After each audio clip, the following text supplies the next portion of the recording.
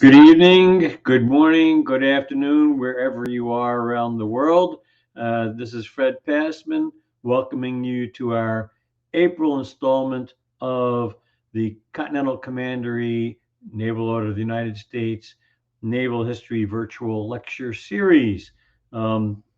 Before I introduce tonight's speaker, I just want to remind everybody that this virtual lecture series is one way in which the Continental Commandery meets the mission of the United States Naval Order to preserve, protect, celebrate, and enjoy our nation's sea service history. To learn more, visit the Naval Order website, and particularly I invite you to visit the Continental Commandery's website, where you can see listings of our future events, and you can watch YouTube versions of all of our previous naval history presentations. A couple of housekeeping items before I introduce tonight's speaker. While you're watching, I encourage you to ask questions, use the comments box on your screen, and once our speaker has completed the formal presentation, we will share your questions so he can provide answers. Now, without further ado, I want to introduce Admiral A. Jenkins. He explained when we chatted last week why he includes his middle initial so as not to be confused with another Dale Jenkins. Dale's had a lifelong interest in the Navy and international affairs. He served for 3 years as an officer in the Navy, mostly on a destroyer in the Pacific. During activity, he was home ported in Yokosuka. Tough duty. And his Pacific Fleet commitments took him into the Philippines, Taiwan, Korea, Hong Kong, and Singapore. While in active duty, he was awarded the Naval Marine Corps Expeditionary Medal. So that must have been in the late 60s. I seem to recall that event. As everybody headed north into the North China Sea. As a result of his active duty experience and recent new revelations, Dale provides fresh insights into strategies and tactics of the Battle of Midway, which took place a mere 80 years ago. Dale lives in New York City. After a career mostly in banking, he served for 5 years as a staff director of the Council on Foreign Relations. His forthcoming book, Diplomats and Admirals, provides a unique insights into diplomatic events that led to Pearl Harbor and the strategies and tactics of the naval battles that followed, including Wake Island, New Guinea, the Doolittle Raid, Coral Sea, and of course, culminating in the Battle of Midway, which he will discuss this evening. Dale has degrees in history and business from Harvard and Columbia Universities. Dale, welcome to the Continental Commandery Naval Order of the United States virtual lecture series. Thank you. It's a delight to have you. So what in particular inspired your particular interest in the Battle of Midway? All right. Well, here we go. Going back to last November, we had a talk on the period prior to Pearl Harbor, the growing confrontation with Japan, and how, while there might have been a settlement at the last minute, we were coerced into an ultimatum with Japan by China, and the Japanese empire would shrink from Taiwan and Korea and part of Manchuria all the way back to the islands itself, and no one could see at that time that the big power in East Asia was going to be China as a result of all of that. Now, I want to set the stage with some state-of-the-art technology. It's a long time ago now, it's 80 years. Our carriers look different. This is our Dauntless dive bomber. It's actually over the carrier Saratoga. These are dauntless dive bombers on the stern of a carrier. Here is a torpedo plane, despite its name, Devastator. It was obsolete. And this is what we went into the Midway battle with. You could barely do 100 knots with a torpedo. You see the torpedo underneath here. Our torpedoes were really World War I vintage. That did 30 knots. The Japanese torpedoes, which were all oxygen powered, could do essentially 50 knots, but that's what the state of play was at the time. Dale, on the bottom of the screen, you see the word hide? Click on that, and that will keep that little bar from, oops, no, just the word hide. Okay, go back into presentation mode. No, bring back up your PowerPoint. Click on your PowerPoint file. Okay. There you go. All right. Anyway, that's the Devastator. Here's a bit of an action shot. Here's a plane coming in on a carrier. Ideally, they're coming down the center of the deck. This guy was far off the center. Looks like he's trying to get back. Right here, you see the landing signal officer right on the edge of the carrier with his paddles trying to guide him in. Here's a destroyer. Hopefully could pick up a pilot that goes in the water. Here's the Japanese Zero. Some people thought it was the best fighter in the world at the time. Fast, highly maneuverable, and deadly. Here's the Enterprise. It was most decorated ship in World War II, created further the immortal name of Enterprise. Here are Japanese carriers. Sorry, these aren't better shots, but this is the Kaga here. They have white stripes running down the length, so their pilots have a better orientation. Here's a big red spot near the bow.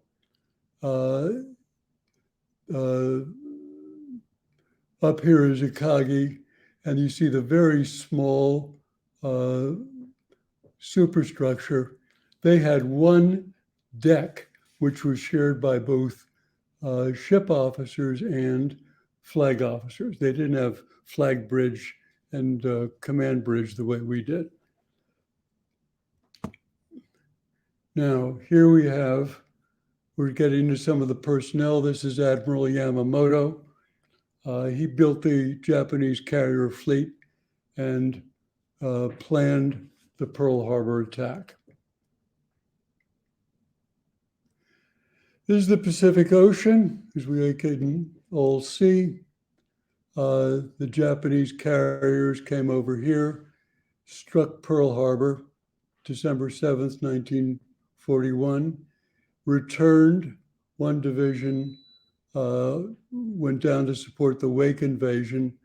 The rest of them, and all of them, went back to Japan. Then soon after that, they came down to Truk and supported invasion of Rabaul, which became a major base for them. Then, surprisingly enough, they moved over here, went into, did a raid on Darwin, went into the Indian Ocean, raided the British Navy here around Ceylon. Zero shot down an entire squadron of British fighters. They sank a lot of shipping. And then by April, and this was perhaps to cut off the Burma Road, it's not quite clear, they came back through the Strait of Malacca and came up here, and Yamamoto was going to settle with the Americans and particularly sink the carriers that had escaped the Pearl Harbor attack. Two of the carriers were assigned to come around to the Coral Sea and support the invasion of Port Moresby. This was the first part of May. It turns out that, let me go back.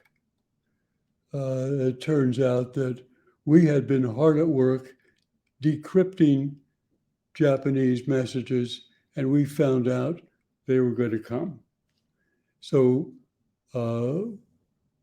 Yorktown and Lexington under Frank Jack Fletcher was in the Coral Sea, and this led to the Battle of Coral Sea, May 3 to May 8. At the end of the Coral Sea battle, we had lost Lexington, and Fletcher had to come back trailing oil to Pearl Harbor. But far more serious than that was that the two Japanese carriers, while not sunk, were disabled. One had taken 3 dive bomber hits, and the other one had lost so many planes that it was out of action for the Battle of Midway. So Yamamoto went into the battle with 4 carriers instead of 6. You wonder why he did that? Very good question. Here's Admiral Nagumo. He was not a carrier admiral at all. He had come up through cruisers. He got to be he was promoted to vice admiral in 1939, was one of the senior vice admirals by the time 1942 came around. And the Japanese promoted and made assignments on the basis of seniority. So he was in command of the striking force of what was 6 carriers at Pearl Harbor, was going to be 4 carriers at Midway. He never learned the details of carrier operations, never understood how to spot planes on deck, never knew what was going on the hangar deck underneath.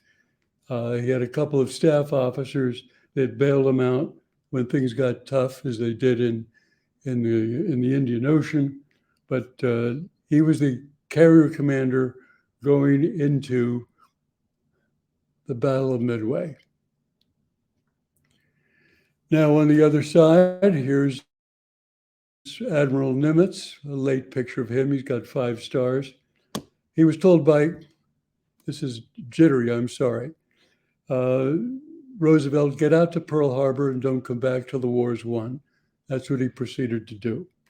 While he was there early on, he built the morale of the fleet, and he set up a decryption operation so that we could get a good idea of what the Japanese were going to do. This was Joe Roquefort, one of the unsung heroes of the Navy in World War II and certainly of the Battle of Midway. He assembled a group of people that were Japanese linguists, and they worked 18, 20 hours a day decrypting messages. And he's the one that figured out that the Japanese were coming. They were going to invade Midway. They were going to come from the Northwest. They were going to have 4 carriers, and they were going to set off an attack on the 4th of June at first light in the morning. Here's Halsey, who was supposed to be the carrier commander at Midway. He had been underway ever since Pearl Harbor.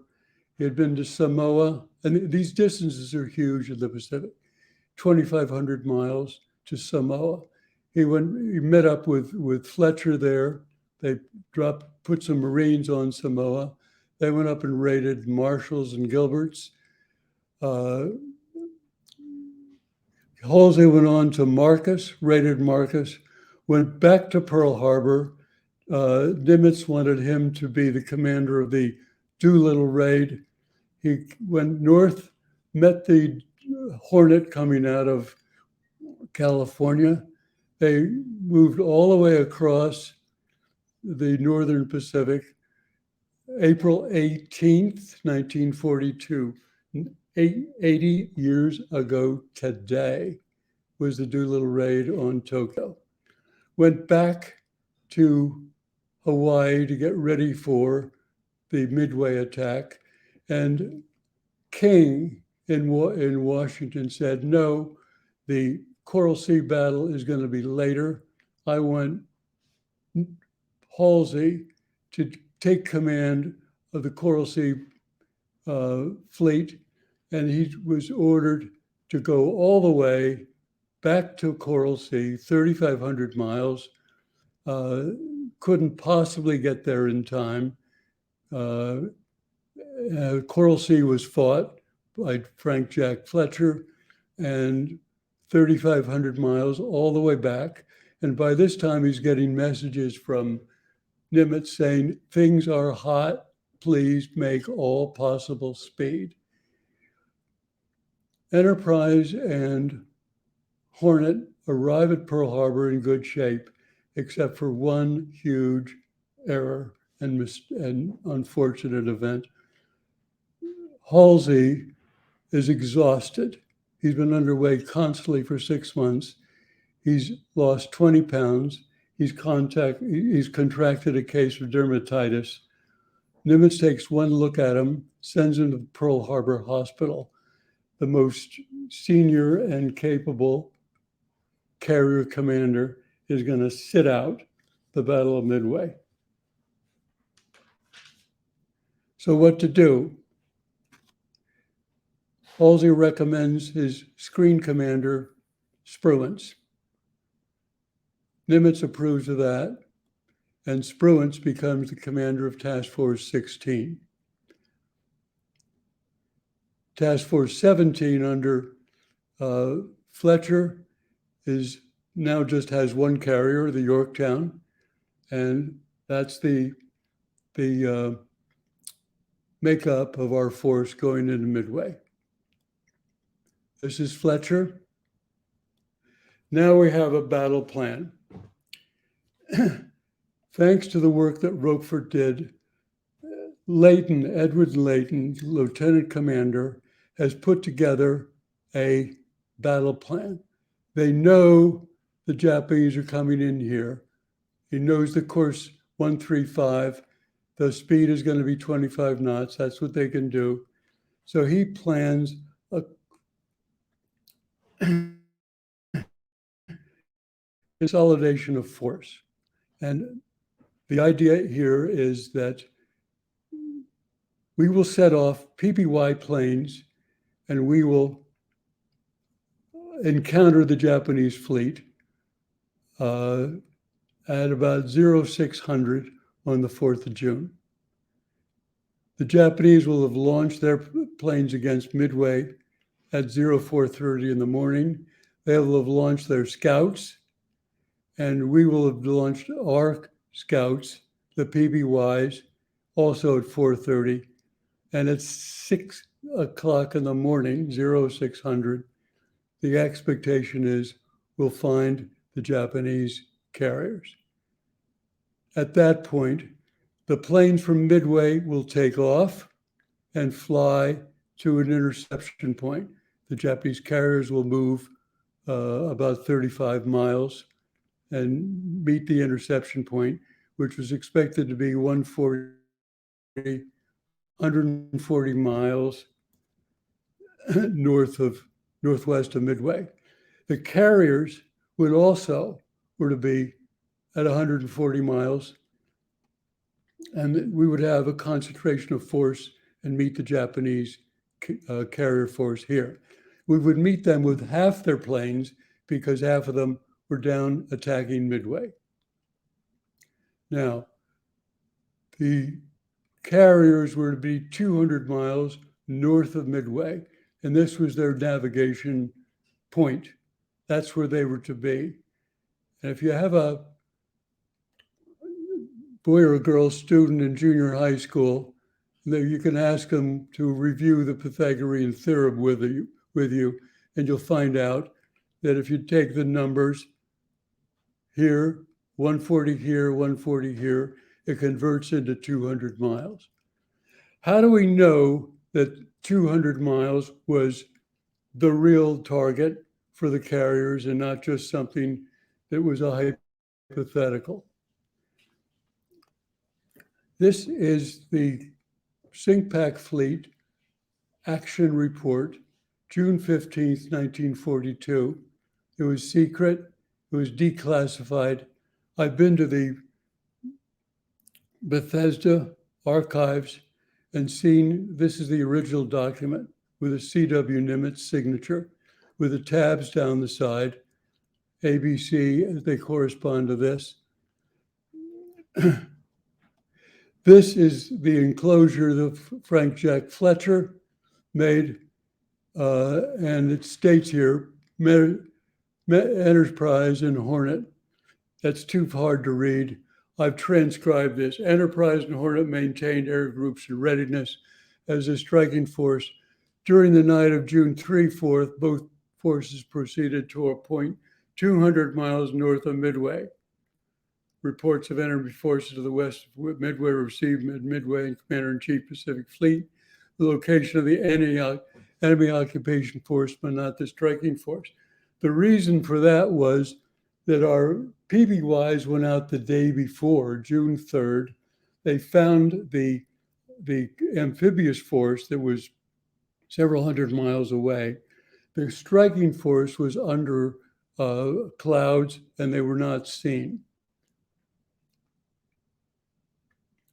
Now, we are at 0430 on June the 4th. The Japanese have set off their attack on Midway. Their scouts have gone out looking for anything that might be there. They don't expect to see anything. This is a jittery, so I'm sorry about this.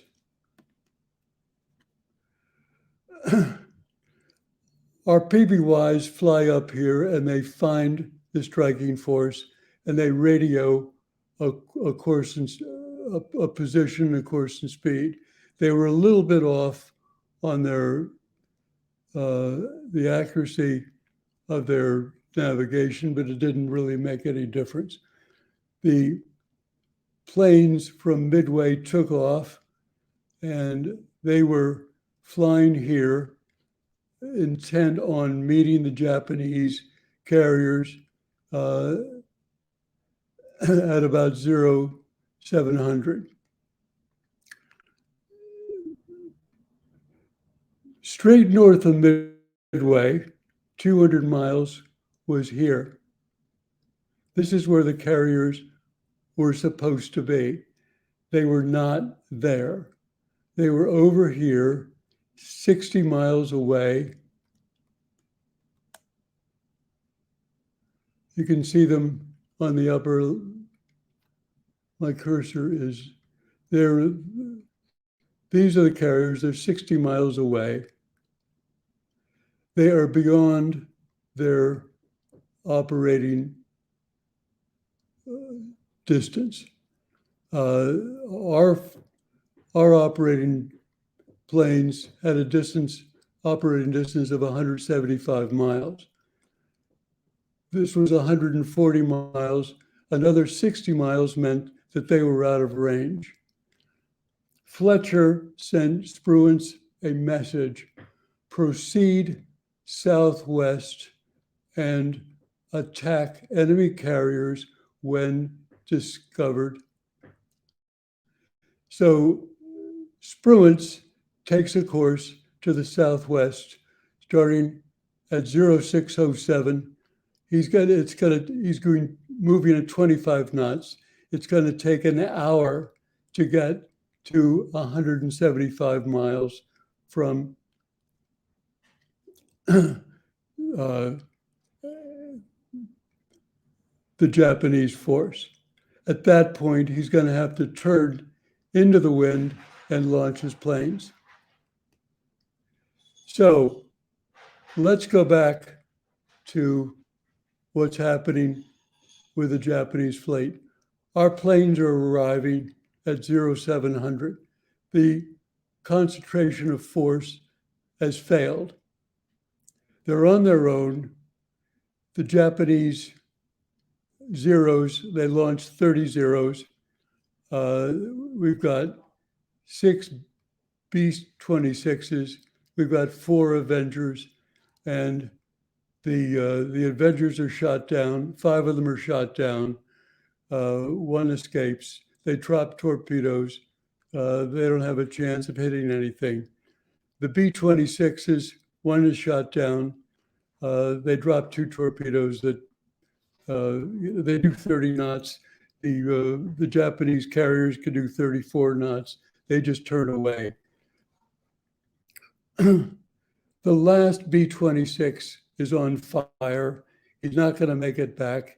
He says, if I'm going to die, I'm going to take out the Japanese flagship.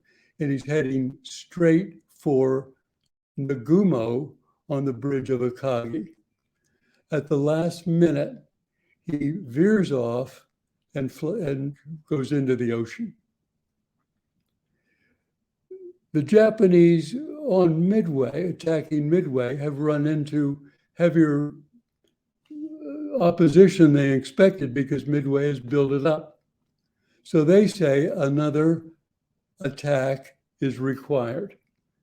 At 7:15 in the morning, Nagumo orders the Japanese carriers to change their munitions from anti-ship, which they were carrying because there was a chance they might run into a opposing carrier or opposing fleet. He orders them to change to point detonating munitions. Now this sounds like something you just, to Nagumo you just do. The fact is, you had to take the torpedoes down, 18 feet long. They weighed 1,500 pounds. Get them on a dolly, put them on a rack, try to get point detonating bombs up. At 7:28, it's important to keep track of these times.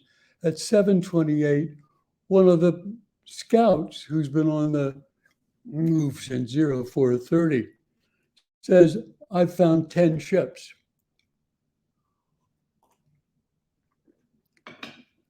Types of ships not disclosed.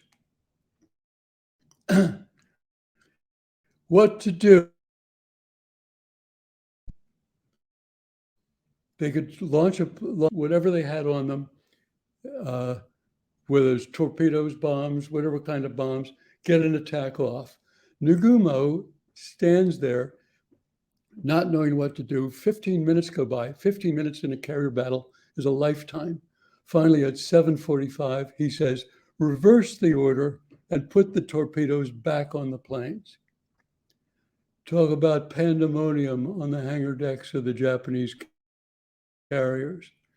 At 8 o'clock, our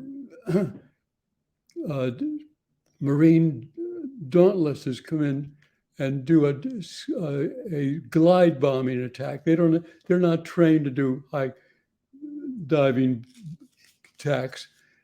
They're strictly glide, and the Zeros shoot half of them down. At 08:20, the scout sends another message and says, there seems to be a carrier in those 10 planes. And at that point, it's a real crisis. Yamaguchi, the second in command of the Japanese fleet, says, let's have an immediate attack. To have an immediate attack means that the planes flying back from Midway at the conclusion of their attack are going to have to ditch in the water. Nagumo thinks about that and says, no, we will land the planes coming back from Midway, and then we will turn. It takes about 3/4 of an hour to turn the planes sorry, to 091 at 0917, the Nagumo turns the carriers towards the northeast. Meanwhile, what's happening with our planes? They're launched, they're flying down. Here's the Enterprise planes, here's the Hornet planes. They don't know anything to do other than, sorry about this, they don't know anything to do but find the interception point, because there's been no follow-ups scouting on the part of the Americans. 0603, they had a report. Now it's 0917, 3 hours later, there's been no subsequent scouting. The torpedo planes from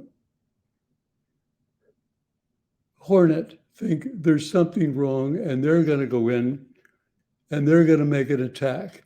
And here's the Torpedo 8 from Hornet moves in and makes an attack, and they're all shot down by the Zeros. Enterprise torpedo planes see smoke on the horizon. They make an attack, and out of 15 planes, 12 are shot down, and there's no attack is successful on the Japanese carriers. The rest of the Hornet planes deviate off. They pass the point where they expect to see the Japanese carriers, and Commander Ring, the commander of the Hornet squadron, thinks that maybe he better get between Midway Island. He goes down. Here's his after action report. He cuts through the expected course of the Japanese. He goes down towards Midway. He comes back this way to cut through the expected dead reckoning course. At this point, his planes are running out of gas. Some of them head for Midway. Some of them go back to the Hornet. His fighters, for the most part, are running out of fuel, and they're ditching in the ocean. Here's Commander McCluskey, commander of the Enterprise Air Group. And here's the Enterprise action report. And you can see they're coming down here. They cross the dead reckoning spot where they expected to see the carriers. And McCluskey has some thoughts about something similar to what the torpedo planes from Hornet thought. There's these carriers have been under attack earlier in the day. They've probably had to maneuver. They've been slowed down where they're not here. So the chances are we should retrace their course and follow back. And if we retrace their course, we'll eventually find them. He flies for about 20 minutes, reversing the course, doesn't find anything. He knows they can't be south of here. He thinks that perhaps by this time, their scouts have found the U.S. carrier forces in case they probably would have closed. So he starts a search up this way, northeast. He finds a destroyer following the Japanese carriers, and all of a sudden, there are the Japanese carriers right underneath him. He's got 2 squadrons of dive bombers. One he designates for the Kaga, for the other one he designates for the Akagi, And here is the Akagi under attack. Dick Best, the squadron leader, is probably the one dropped his bomb. He's got a squadron mate, another squadron mate here, and in the background you can see Kaga under attack. While this is happening, the Yorktown planes, which have been scouting, find the other two carriers and they launch an attack. The problem there was that one of the dive bomber squadrons has been held back on Yorktown just in case one of their scouting planes had found another Japanese carrier somewhere else. So the Yorktown Air Group commander, a guy named Bax Leslie, designates two carriers to be attacked, but he's got only one squadron. The Soryu is attacked, 4 bombs go on Soryu, and it's wiped out. The Hiryu is the other, sorry about this, the Hiryu is the other carrier, and the torpedo planes attacked Hiryu. The Zeros shoot them all down except for 2, but this time there's some defending fighters, or Wildcats, and for the first time a couple of Zeros get shot down. The Hiryu is saved.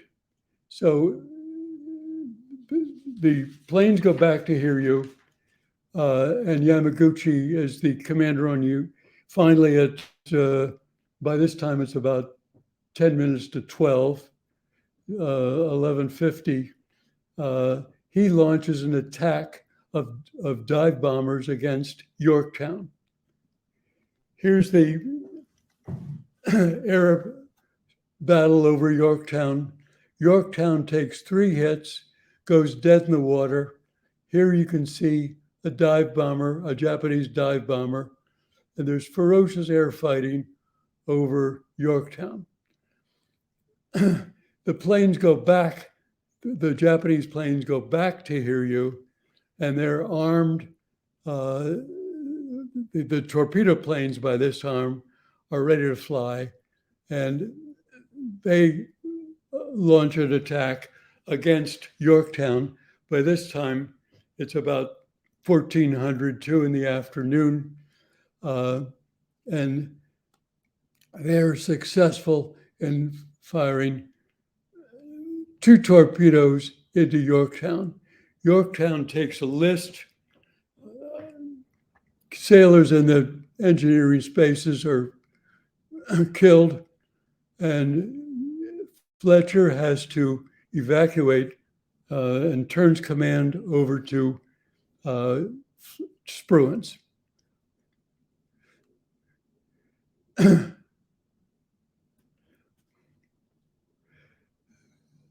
Spruance takes command. They get 25 dive bombers from Enterprise to attack the remaining Japanese carrier, which is Hiryu. Here's a huge hole in the front, in the deck and near the bow, and Hiryu is demolished. So at this point, 4 Japanese carriers are destroyed. Admiral Yamamoto is back on his battleship. He's devastated, but he's not defeated. And he says, we can still beat the Japanese, beat the American carriers in a night battle. And he orders the 2 carriers that have been with Hiryu to move to the east at all possible speed. And if the American carriers follow up and make an attack, he will meet them with his battleships Back on board Enterprise, some of the staff officers are telling Spruance, look, this is the chance to maximize the victory. And somebody is even quoting Clausewitz and saying the greatest victories come against a defeated enemy. Spruance has other thoughts. He knows that he's defeated the Japanese carrier fleet. There's nothing else out there that's worth pursuing. He's also aware of the Japanese capabilities with night battles. He wants to be in the vicinity of Midway in case the amphibious force would still try to make him the landing. So despite the advice he's getting from some staff officers, he orders the American carriers to take a course to the east at 20 knots. Yamamoto is moving through the night. He's predicting that if he can encounter the carriers, it'll be about 10 or 11 o'clock at night. Lookouts with the best night vision binoculars in the world sweep the night horizon where the very dark sky meets the black ocean. The faintest shape, the tiniest pinprick of light would mean there was something out there, like the superstructure of a ship over the horizon. There was nothing. By 1 o'clock in the morning, Yamamoto realizes that his attempt to have a night battle has failed. He sends an order out to the entire fleet, reverse course and move west. The remnants of the huge Japanese fleet would be pursued over several days with comparatively minor action. But when Admiral Spruance turned the carrier force to the east, late in the day on June 4th, the Battle of Midway, for all intents and purposes, was over.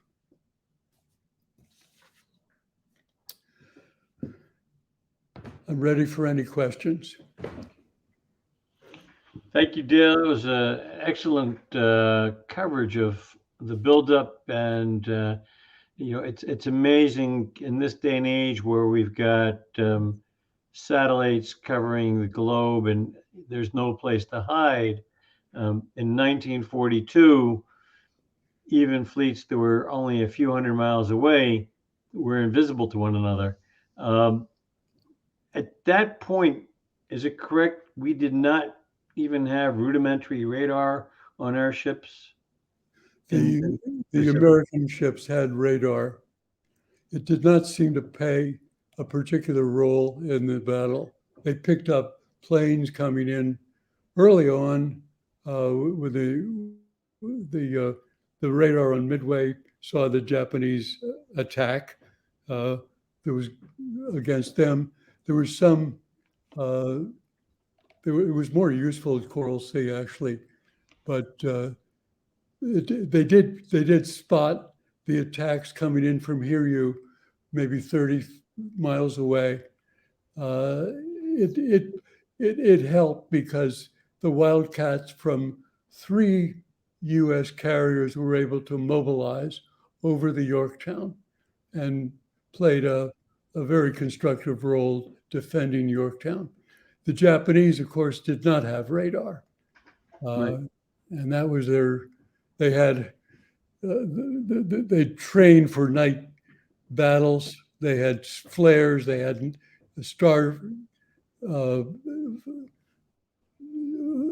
starlights, they had developed night vision optics to a high degree. They had searchlights, but they had no radar. The distance here, by the way, was about 100, where the battleships, the Hiryu battleships would be around here. And the distance over to where the American fleet was probably about 130, 140 miles. If Spruance had moved west, there would have been a relative speed converging, 25 knots from Yamamoto, 20 knots from Spruance, 45 knots of relative speed, and the Japanese would have encountered them somewhere around 10 at night, covering the 140 miles in about 3 hours. Spruance was not drawn into that. One of the great decisions of the battle and of the war, really. We have a question from one of our remote watchers.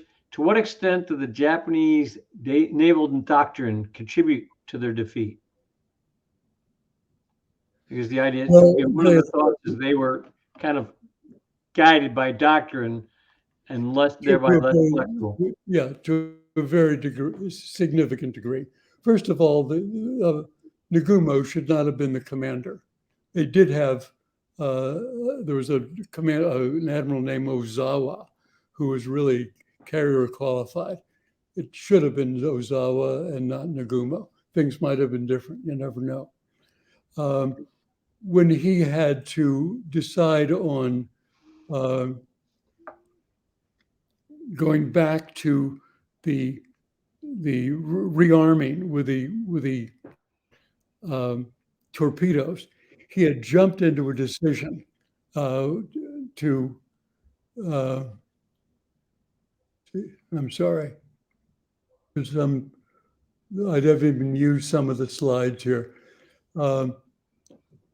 He jumped into the decision to change armaments to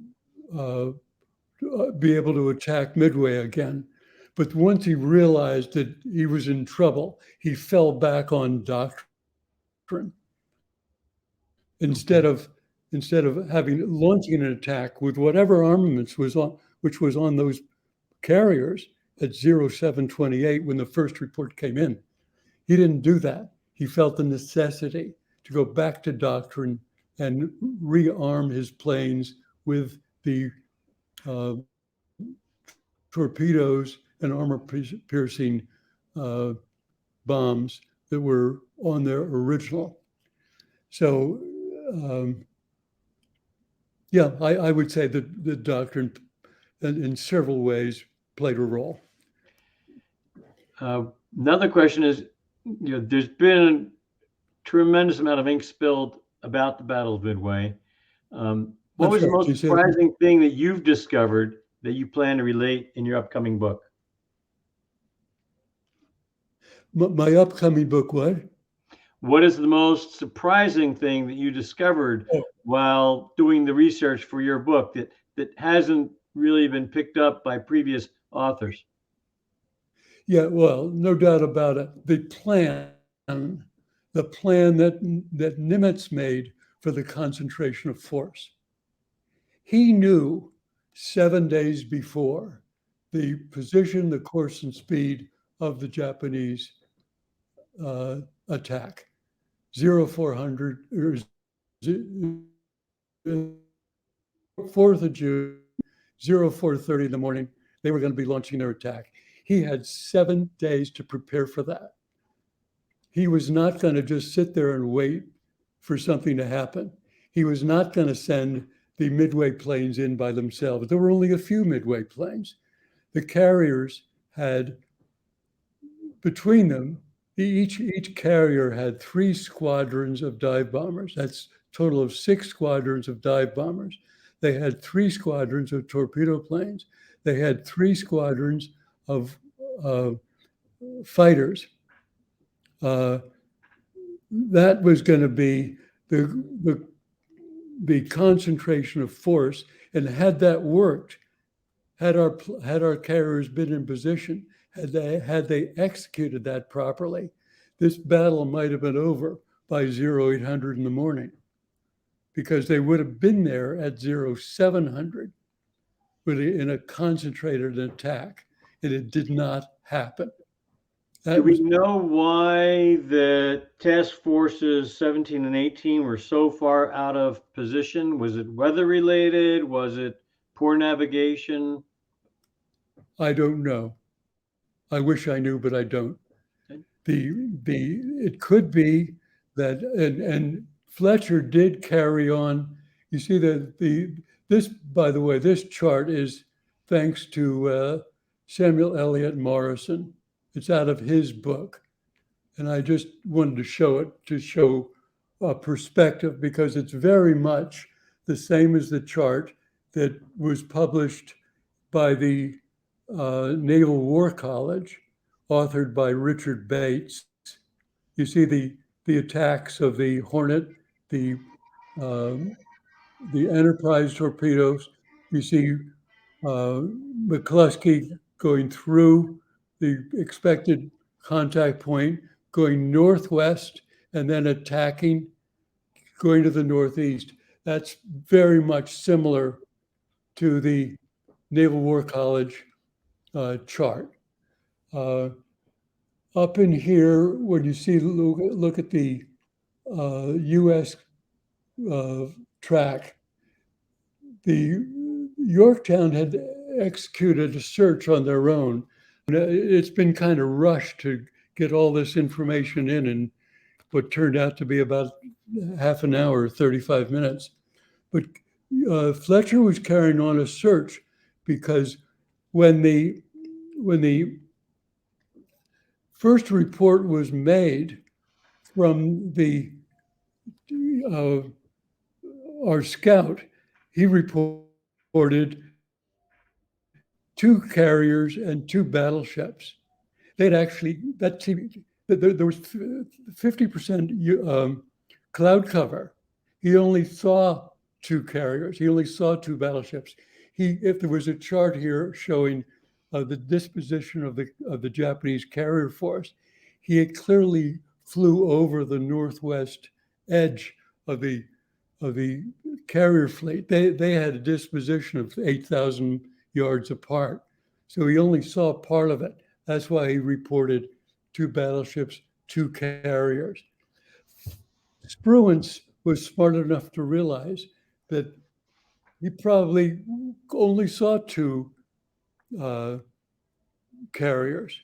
It probably was another 2 that he didn't see, but he was not going to send one air group against 2 known carriers if it meant sending another air group somewhere else. He wouldn't do that. But meanwhile, Fletcher had conducted his own search up here to the north. You see this arc on Samuel Eliot Morison's chart. He carried on his own search, and he was uncertain, and perhaps for some reason, he was uncertain about whether there could be another carrier force. Now, why he couldn't do the search from 200 miles north of Midway is a question that I still would have.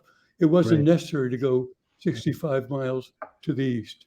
He should have carried out the search. A couple more questions as we get to the end of the hour.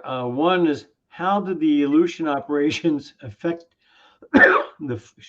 affect the fight at Midway? How did the Aleutian operations affect the fight at Midway? I don't think it affected it at all. Okay. Here's one about your choice of topic. Of all the naval engagements across U.S. naval history, what compelled you to write about the Battle of Midway? Well, I'm glad you asked that question. Ever since I was in the Navy, it's a long time ago now. People, across the United States, every year we have the celebration of June 6th, 1944, the Normandy invasion. Well, I have all the respect in the world for the men that went ashore. A lot of them got killed. It had to happen. But the war was pretty much won by that time. And I've said to people, you celebrate D-Day, June 6, 1944, and you should celebrate it, but you're 2 years and 2 days late. The real battle, the turning point, when things could have gone either way, was at Midway, June 4th, 1942. That's what started me on this whole thing. Okay. And I've gone from there back to Coral Sea, back to Pearl Harbor, and all the way back to the things we talked about last November. So all of that is in my book, 110,000 words, coming out in September, October. You anticipated my next question. So, who will the publisher be? And I'm going to self-publish. you're going to self-publish. Okay. Now, I'm doing this because I think I've created an historic record. I don't want an agent telling me, well, you should change this, you should delete that, or having a publisher do the same thing. I'm going Right. to self-publish, and I hope it to be a bona fide, respectable historic record. Well, And if it you will let have us, then we talked about 200 miles north of Midway.